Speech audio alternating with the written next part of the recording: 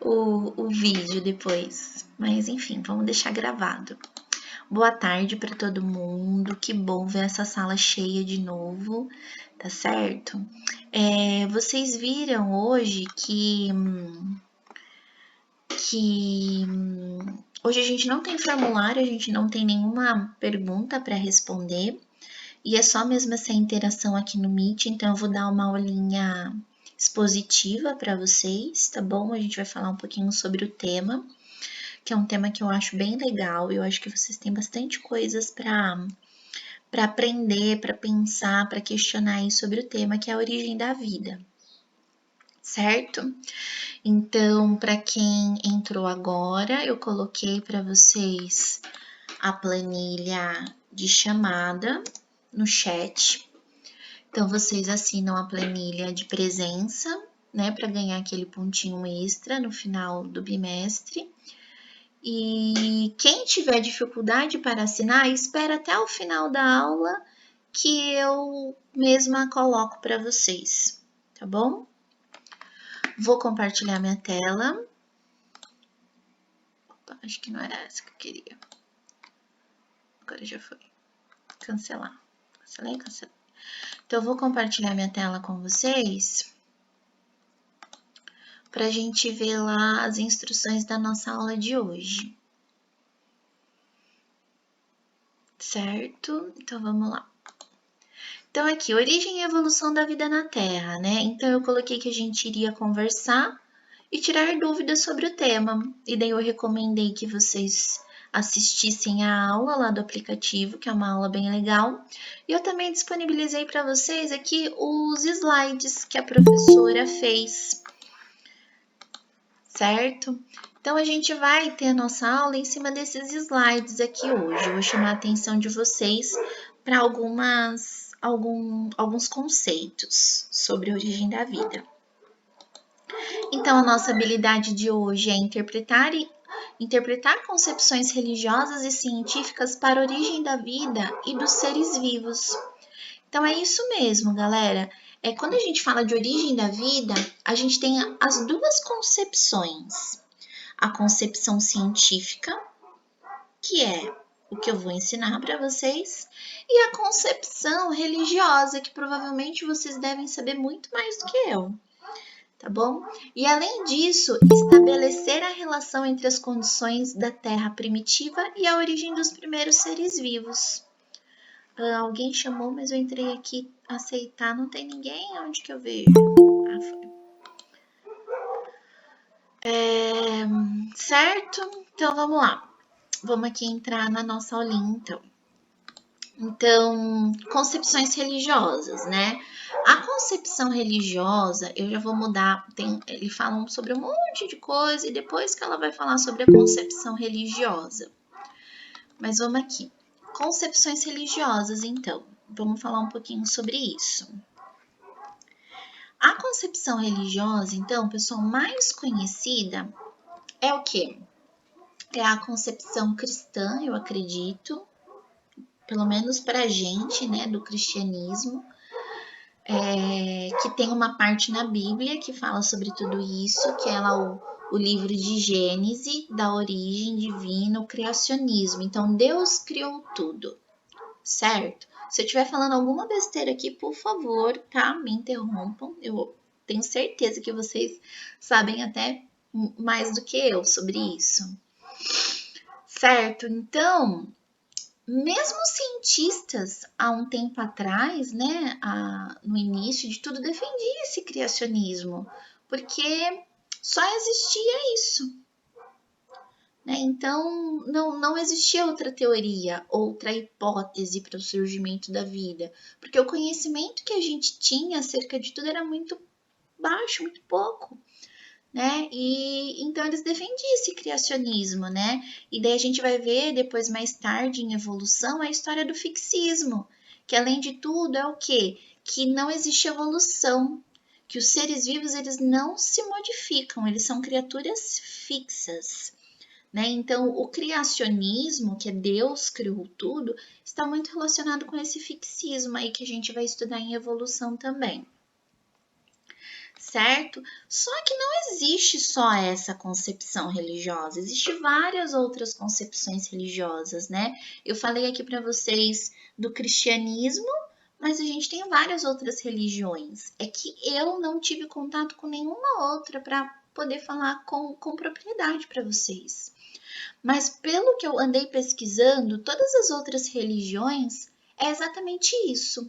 Existe um Deus supremo, porque existem as religiões politeístas, né?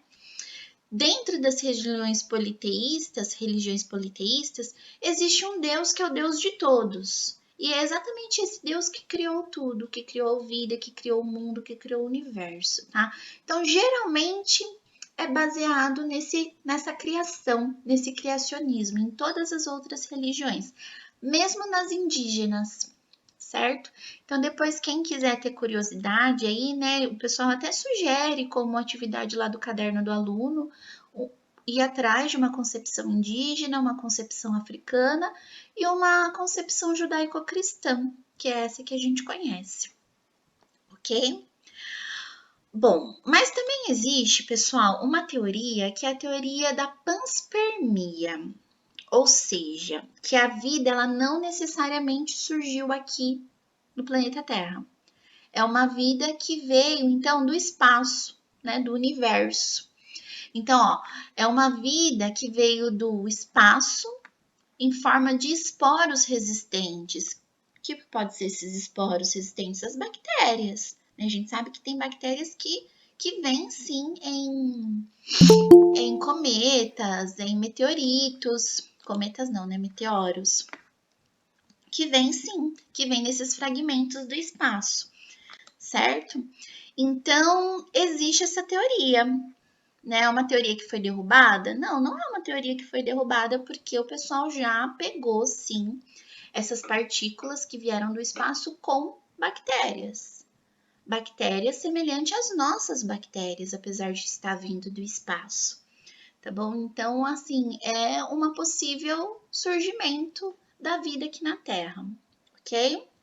Então, o nome dessa teoria é teoria da panspermia, né? Em que asteroides e cometas estão cheios de moléculas orgânicas ou até mesmo organismos menos complexos, como as bactérias. Certinho?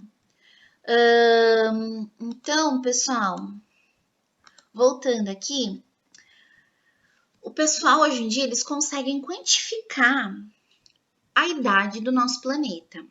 Né? Então, o nosso planeta ele tem aproximadamente 4,5 bilhões de anos. E eles conseguiram também comprovar que o universo ele surgiu através de uma grande explosão, que vocês já devem ter escutado falar sobre isso, que é o Big Bang. Então, essa já é o que? A teoria científica. Eles conseguiram, né, comprovar que houve de fato essa grande explosão.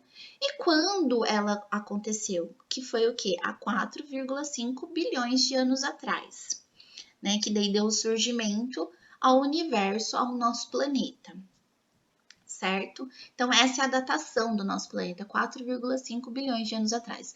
Só que quando o nosso planeta, ele surgiu, né? Ele era muito diferente do que a gente tem hoje, né? Então, era uma terra primitiva, eles chamavam isso de uma terra primitiva.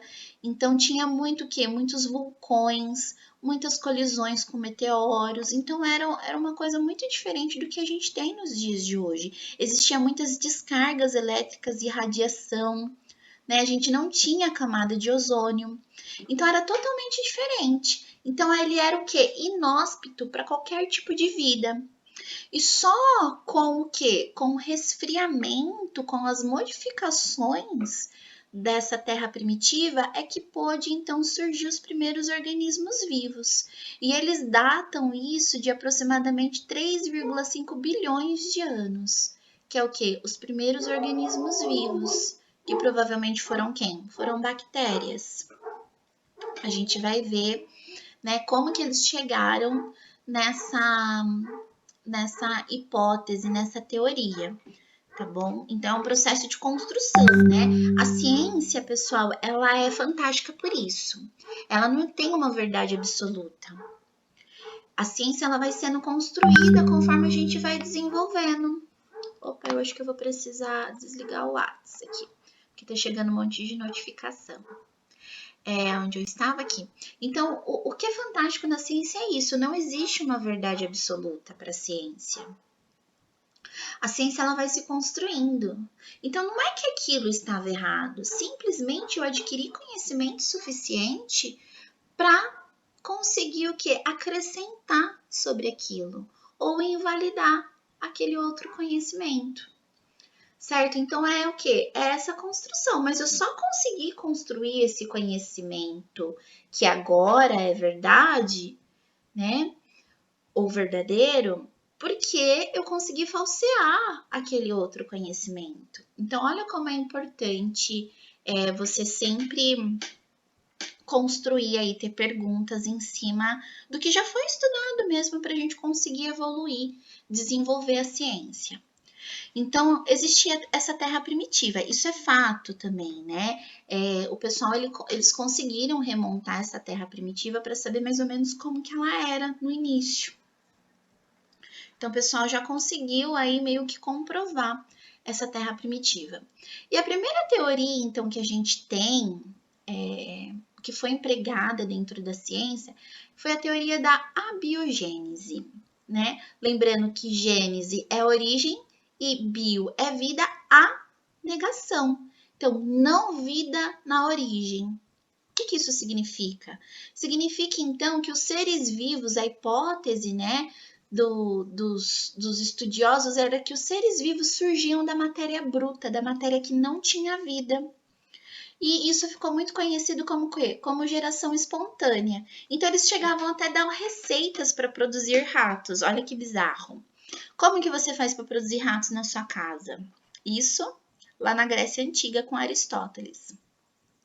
Como que você faz para produzir ratos? Coloque algumas roupas usadas em um local isolado e escuro, espalhe sobre elas certa quantidade de trigo, e após 21 dias, ratos serão produzidos por geração espontânea. Bizarro, né? Então, ficou conhecido como isso. Então, o pessoal, os estudiosos daquela época, o que eles acreditavam? Eles acreditavam que a vida surgia da matéria não viva. E daí, o que foi acontecendo? Um cientista falou, não, imagina, isso não é possível. Vou testar, vou experimentar, vou fazer algum teste para mostrar que isso está errado, com algumas observações que ele já tinha feito. E ele fez um experimento muito simples, olha só. Francesco Redi. O que ele fez? Ele colocou um pote com carne, 2 potes com carne. E o que ele fez? Um ele tampou e no outro ele não tampou. O que ele observou? Ele observou que só nasceu moscas do que estava aberto. Do que estava fechado, não nasceu moscas. Então, ele começou a formular uma outra teoria, que é a teoria da biogênese, ou seja, a vida só surge de outra vida, de uma vida já pré-existente. Então, essas são as duas teorias do início. Então, a biogênese veio o quê? Veio para a biogênese veio para confrontar a abiogênese, né? E daí, o que a gente acredita hoje é que só existe vida a partir de outra vida. Isso está até dentro da teoria celular, né? A célula, ela só existe a partir de uma outra célula, da divisão celular. Então, essa daí é a teoria da biogênese. E, enfim, dentro da teoria da biogênese, aqui está mostrando também o Spallanzani, né, que também fez aí alguns experimentos para mostrar aí o surgimento, como a vida surge de outra vida, né? E aqui para a gente conseguir desmistificar a biogênese, né? Porque daí ele ferveu os caldos nutritivos e aonde ele deixou tampado, sem contato, não cresceu. Não cresceu, certo? E aqui já o que acontece? Quando ele entrou em contato com o ar, com possíveis micro-organismos é que houve, então, o surgimento de vida.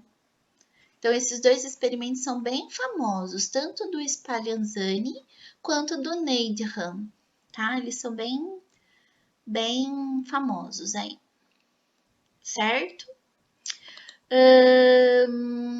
Aqui daí vem, eu vou ir até aqui com vocês, porque daí a próxima aula a gente vai continuar falando sobre esse assunto e eu não quero me alongar muito. E daí na próxima aula a gente vai ter umas questões sobre isso, tá? Que vai ser continuação dessa. Então, um experimento muito famoso também foi o experimento de Louis Pasteur, né? Que é o quê? Quem deu origem ao processo de pasteurização. Olha que legal, que é um processo que a gente usa até os dias de hoje no nosso leite para conservar nosso alimento. Então, o que ele fez? Ele fez um caldo nutritivo, ele ferveu esse caldo nutritivo matando todo e qualquer tipo de vida, certo? E daí, esse funil aqui, né, esse balão com esse bico de cisne aqui, ele impede a entrada, então, de micro-organismos de ar. Então, olha só, quando ele deixava o balão intacto, entrava ar, mas não contaminava esse caldo nutritivo.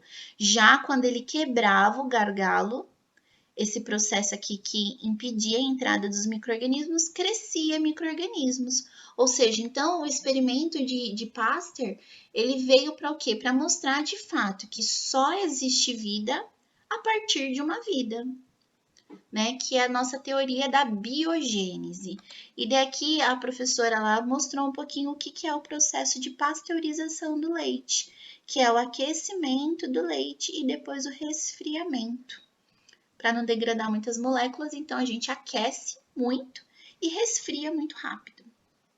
E esse processo é o que tornou então a gente ter tantos derivados de leite assim, tanta comida derivada de leite, né? Porque o leite tem muita proteína, tem muita água, então é um alimento que estraga muito fácil. E a gente teve aí essa possibilidade de utilizar o leite na nossa alimentação graças a esse processo de pasteurização. Certo, pessoal? Então, hoje a gente fica por aqui na nossa aula. Na aula que vem, vai ser a continuação dessa aulinha, porque daí a gente vai entrar em umas teorias que são mais aceitas, mas então a gente viu duas hoje, certo? Quer dizer, na verdade a gente viu 4, né? Que é a religiosa, mas não é o que eu vou dar foco, porque a gente está dentro de uma escola e eu preciso mostrar para você o que a ciência, né, traz como verdade, não, mas como conhecimento aceito hoje em dia. Então, a gente viu a religiosa, a gente viu a panspermia, que é que veio do espaço, a gente viu a abiogênese, que foi derrubada cientificamente pela biogênese, certo? Então, por hoje seria isso. Alguém tem alguma dúvida? Eu falei muito rápido. Tem um pessoalzinho que entrou bem depois. Eu gravei a aula, vou até parar